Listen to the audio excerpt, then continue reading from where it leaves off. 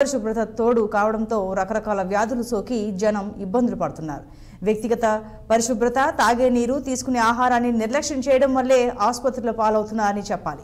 అయితే ఇలాంటి సీజనల్ వ్యాధులకు వైద్యం అందించడానికి తెలంగాణ ప్రభుత్వం డాక్టర్లు తగిన మందులను ఇప్పటికే సిద్ధం చేసింది. వర్షాకాల సీజనల్ వ్యాధులపై అలర్ట్గా ఉండాలంటోన్న సిద్దిపేట ప్రభుత్వ మెడికల్ కాలేజ్ సూపరింటెండెంట్ డాక్టర్ కిషోర్తో మా ప్రతినిధి స్వామి ఫేస్ టు ఫేస్. తెలంగాణ ప్రభుత్వం ఈ సీజన్లో వచ్చేటటువంటి వ్యాధుల్ని అరికట్టడానికి మందుల్ని, డాక్టర్లను సిద్ధం చేసింది.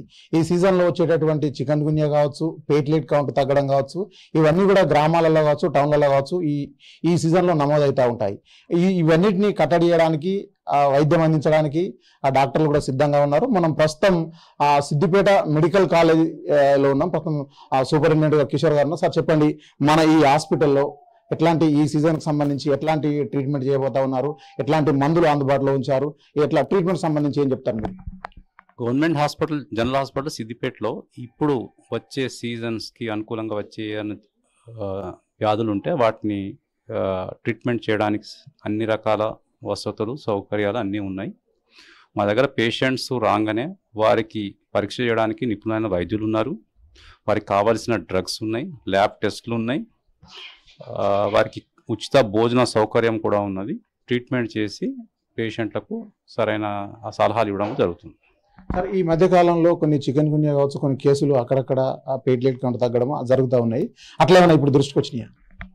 మా దృష్టికి అయితే ఇంతవరకు ప్లేట్లెట్స్ తగ్గిన కేసెస్ ఏం రాలేదు ఇంతవరకు. ఒకవేళ ప్లేట్లెట్స్ తగ్గినా కూడా ప్లేట్లెట్స్ ట్రాన్స్ఫ్యూజ్ చేయడానికి, వారికి ఎక్కడానికి మా దగ్గర ఎఫైరసిస్ మెషిన్ ఉంది. ప్లేట్లెట్ ఎఫైరసిస్, ప్లేట్లెట్స్ను సపరేట్ చేసి రక్తం నుంచి మళ్ళీ ఎక్కడానికి కూడా మా దగ్గర బ్లడ్ బ్యాంక్ ఉంది.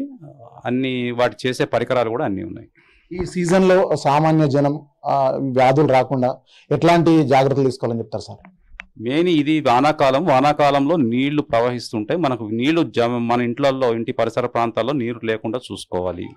కూలర్స్ కానివ్వండి, షూస్ కానివ్వండి, ఏదన్నా ఇట్లాంటి పూల తోటలో కానీ నీరు ఉంటే దానివల్ల దోమలు వస్తాయి, ఈగలు వస్తాయి. దోమలు, ఈగల వల్లనే ఈ వ్యాధులు వస్తున్నాయి. అది కూడా మనకి ఏంటంటే వ్యక్తిగత పరిశుభ్రత అనేది ఇంపార్టెంట్ ఫస్ట్. ఇంకోటి, వారు తీసుకునే ఆహారం ఎప్పటికప్పుడు ఫ్రెష్ ఫుడ్ చేసి, స్టోర్ లేని ఫుడ్ మామూలు ఫ్రెష్గా చేసుకోవడం ఉత్తమం.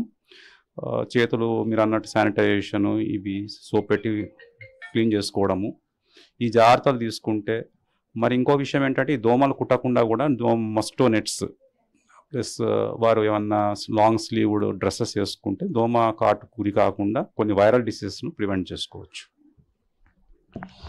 ఏదైతే ఈ వానాకాలంలో వచ్చేటటువంటి వ్యాధులు ఏదైతే ఉన్నాయో దోమల ద్వారా, ఈగల ద్వారానే వస్తాయి. ఏదన్నా జ్వరాలు వచ్చినా కూడా, మలేరియా లాంటి లక్షణాలు కానీ, ఈ డెంగ్యూకి సంబంధించిన లక్షణాలు ఏమొచ్చినా కూడా ప్రజలు భయపడాల్సిన అవసరం లేదు. వ్యక్తిగత శుభ్రతతో పాటు ఈ వాటర్, తాగే వాటర్ కానీ, తినే ఫుడ్ కానీ కొంచెం నాణ్యమైనది తీసుకుంటే ఇట్లాంటి రోగాలు కూడా రావు.